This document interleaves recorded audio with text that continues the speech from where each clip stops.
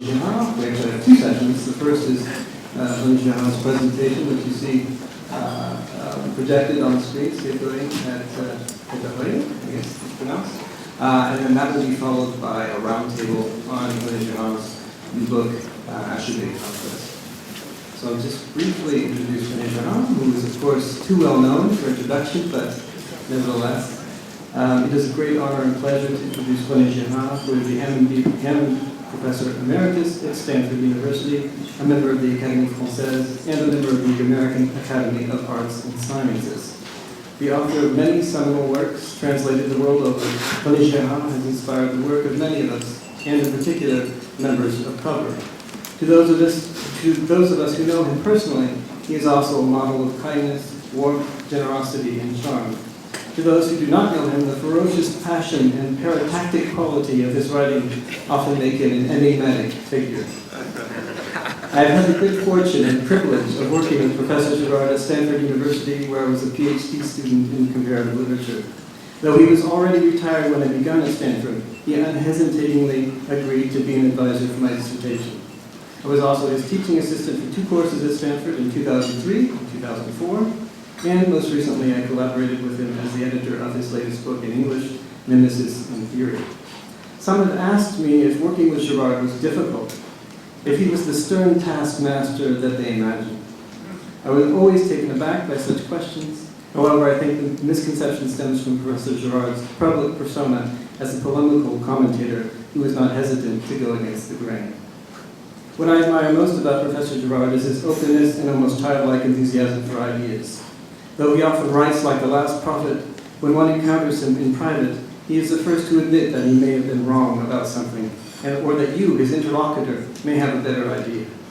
This mixture of intellectual power and modesty is truly rare in academia, where narcissism is the rule. Since his official retirement in 2005, Professor Girard has not been idle. In addition to Nemesis and Theory, he has published just this past year, Scapegoating, a major new work that represents the culmination of the ideas he started to pursue some 37 years ago in Violence and the Sacred. He continues to write, think, and inspire, and we can only continue to marvel at our good fortune. Please join me in welcoming René Girard.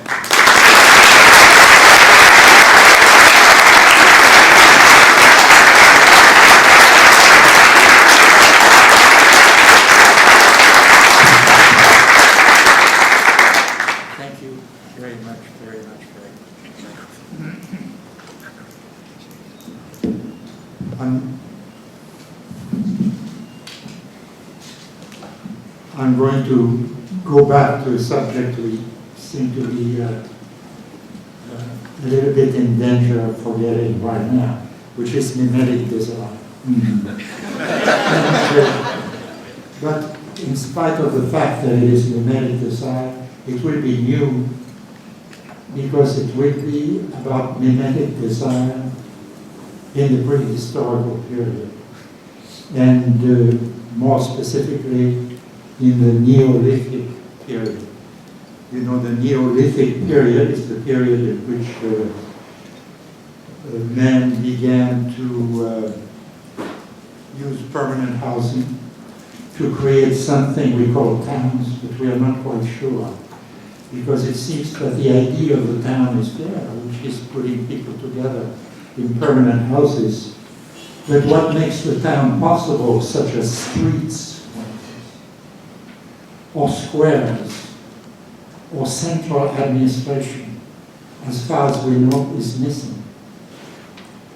You know, in 1959, they discovered in Turkey the infrastructure. First, this is the road of the, you know, in the prehistorical world, civilization is moving from the east, from the Baghdad area, more or less, to the west. And for a long time, they didn't realize that there were lots of Neolithic establishments in Turkey. The one which was well known because of the Bible in part is Jericho, which is a pretty big one. But in 1959, James Mellart, who was a professor at Cambridge, discovered one of the biggest and most fascinating for its art, in particular, Neolithic settlements, and it's Çatalhöyük there, which is in the south-central Anatolia, a very hot area in the summer.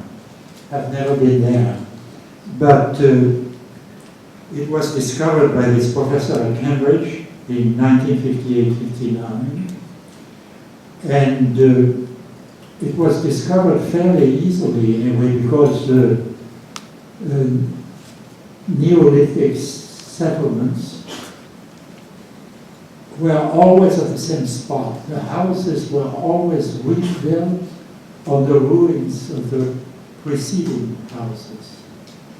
And Çatalhöyük, according to the readings, carbon readings and all that, existed from about 9,500 BC, 1,400 years, which brings it not very far in prehistorical terms, but very far in terms of the civilizations we know about. And these houses were really built in mud, in some kind of clay mud, which was pretty strong. Nevertheless, didn't last they were rebuilt about every 60 or 70 years. But many of the decorations which were inside were kept, I don't think we really know how, and repainted, So anyway, there are 18 levels of occupation in Çatalhöyük. And people think that at one time there were up to 8,000 people there. But since then, they've discovered an even larger settlement. I don't remember its name, but it doesn't matter. And they also know that Çatalhöyük is not the oldest establishment of this area. For a long time they felt that maybe Neolithic civilization moved from east to west through the sea, in part. It's only fairly recently that they discovered the Turkish settlements. And James Mellart, the first discoverer, was a very flamboyant man, and he was aware of the need for publicity. So he cut through the whole thing very fast in order to find spectacular things. And he did, even more than he expected, because there are paintings which I'm going to use in Çatalhöyük, which are different and more sophisticated than anywhere else. They are not sophisticated really in the same sense as Paleolithic, the Paleolithic caves, of central France and northern Spain, Lascaux, Chauvet, Altamira, and so forth. But the art is different. The art is more natural, in a way, more spontaneous, even though it has ritual features. What I think people don't understand about Paleolithic art, this magnificent profile of the animals of the time, which are just so perfect. They seem to be absolute realism. What people don't realize is if you shift from Lascaux to Chauvet, which really means something like 20,000 years later, they are exactly the same. They haven't changed a bit. I think the specialists have not insisted enough on this aspect, which is very important, and which shows that we are dealing with religious art. But the pictures I'm going to show you are reasonably realistic.